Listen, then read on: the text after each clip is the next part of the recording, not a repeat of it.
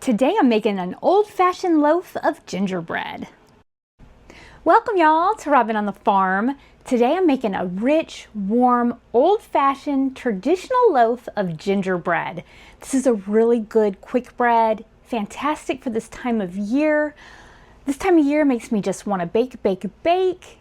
And a gingerbread loaf just screams Christmas, and it's so fun to make and so fun to eat. So that's what I'm going to show you how to make today. So I'm going to use my Zacme stand mixer.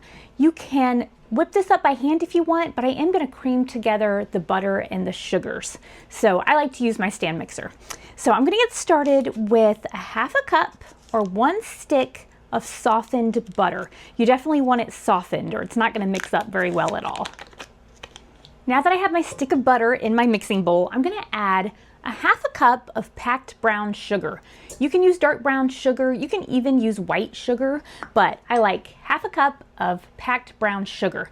Now that I have my butter that's softened and my sugar in the bowl, I'm going to go ahead and let this cream for about 1 to 2 minutes. I let my brown sugar and my butter cream for about 2 minutes, and now it's time to add the molasses. I'm going to add a half a cup of this unsulfured molasses. So a half a cup. I'm going to put it right on in there over my butter and my brown sugar. I sprayed this little bowl before I put this molasses in, and it helps it come out much easier than if you don't spray it. You can oil it up, butter it up, but it does help your molasses to come out. That's a good trick with honey and maple syrup and that kind of thing too. After the molasses, now I'm going to add 2 large eggs. I'm just going to put them right on in there with everything else. Now I'm going to add 1 teaspoon of vanilla. This is pure vanilla extract. So I'm going to add 1 teaspoon. I like buying my vanilla in bulk like this because I go through a lot of it. Sure is nice to have it on hand, and it's a lot cheaper when you buy things like this in bulk that you're going to use a lot. So 1 teaspoon vanilla right on into your mixing bowl. Now these are most of our wet ingredients, so I'm going to go ahead and turn my mixer on one more time, let these mix up before we add our dry ingredients.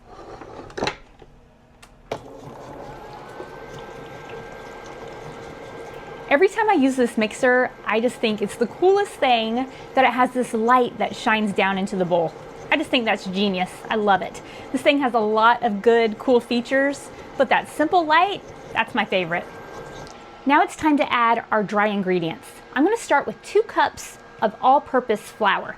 Now if you want to make this with fresh milled flour, you can use 2 cups of soft white wheat. Okay, I'm going to add 2 cups of this all-purpose flour right on in here. Now, down in the description, I am going to leave you the printable recipe, and I'll leave this recipe in cups and spoons and in grams for you in case you'd rather bake that way. So 2 cups of all-purpose flour. You don't want your bread flour, you don't want your self-rising flour, just 2 cups of plain all-purpose flour. Okay, after the flour, now I'm going to add a half a teaspoon of salt. This is my Redmond's real salt. This is what I use in all of my baking, all of my cooking, and I love this salt. Be sure that you don't pour it over your mixing bowl so that you don't over salt your gingerbread loaf. So a half a teaspoon right on in there. Next I'm going to add 1 teaspoon of baking soda. Baking soda, not baking powder. 1 teaspoon of baking soda right in there with my flour and my salt. This is what's going to leaven our bread, give it rise. After that, it's time for the spices and all the things that are going to make this taste like a gingerbread loaf. I'm going to add 3 teaspoons or 1 tablespoon of this ground ginger. I'm going to use my teaspoon because it fits in this little container a little bit better. So I'm using 3 teaspoons of ground ginger. Now you can reduce this a little bit if you want to. You can add a little bit more if you want to. This is all to personal preference, but I like it with 3 teaspoons of ground ginger. And to the ginger, I'm going to add 1 teaspoon of ground cinnamon. Okay, right on in there with everything else. Next, I'm going to add a half a teaspoon of ground nutmeg. You know this gingerbread loaf is going to taste good. It's going to have so much flavor. So a half a teaspoon ground nutmeg, and I'm also going to add a 1/4 teaspoon of ground cloves. So a 1/4 teaspoon of cloves, and I'm also going to add a 1/4 teaspoon of allspice. Now, if you don't have all of these spices, you can really just get away with the ginger, the cinnamon, and the nutmeg. But I like it with a 1/4 teaspoon of this allspice. So much flavor. This is going to be rich and warm. It's not going to be spicy at all, but you can definitely adjust these however you want. But it's really good this way, so give it a try this way. Okay, those are all of our spices now. Now, this also calls for 1 cup of buttermilk. So that's our next ingredient. But there's lots of different options that you can use if you don't have 1 cup of buttermilk. I'm going to use my buttermilk powder. So I'm going to go ahead and add the powder right now. If you don't have any buttermilk, you can use 1 cup of milk and add about a tablespoon of white vinegar or lemon juice. Or what I'm doing is using this buttermilk powder. This is great to have in your pantry whenever you need some buttermilk, because I don't always have buttermilk on hand, but I do always have this on hand. So for this, I'm going to use 4 tablespoons of this powdered buttermilk. I'm going to put it right in there on top of my other dry ingredients. So 4 tablespoons, and I'm going to add 1 cup of water. That'll be the equivalent of 1 cup of buttermilk. So if you're using buttermilk, you're going to add 1 cup of buttermilk. If you're using the buttermilk powder like I am, add 1 cup of water. Or if you're using the milk and the lemon juice or the vinegar, add 1 cup of that. But I'm going to get my mixer going, and as it's slowly mixing, I'm going to add in this liquid. So I'm going to just turn it to speed 1, let that start mixing, and I'm going to start pouring this in really slowly. So just let all of our ingredients get combined really well.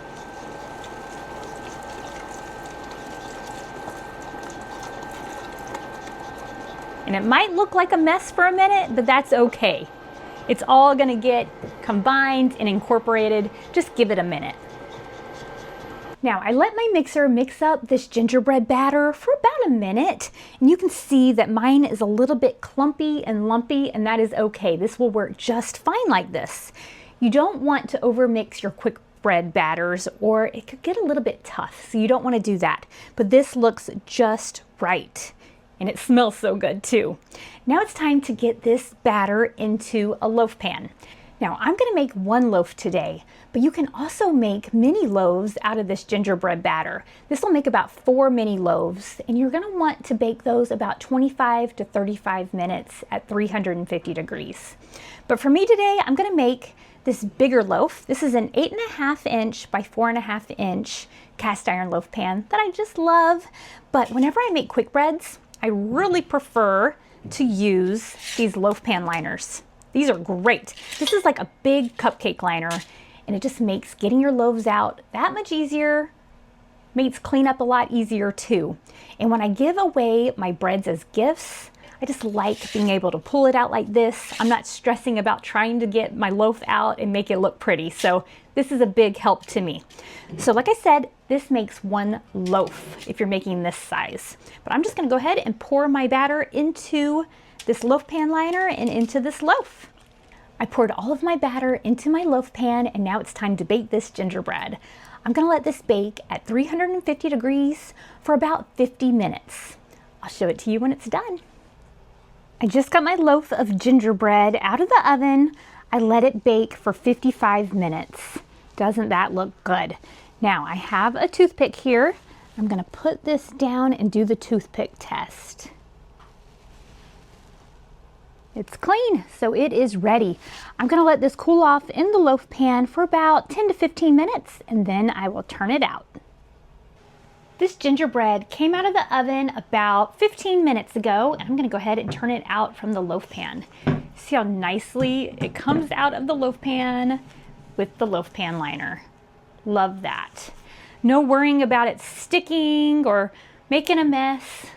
Just really easy. So I like these loaf pan liners. Okay, I only let this cool off for about another 5 minutes because I am ready to eat this gingerbread. It smells so good. Let's go ahead and slice into it. Now it is still warm. If you let yours cool all the way, you'll have a better crumble, but I want to eat this warm today. This just sounds so good on this cold winter day. Oh, look at that. That is a perfect loaf of gingerbread. Okay, I'm going to take a little bite of this.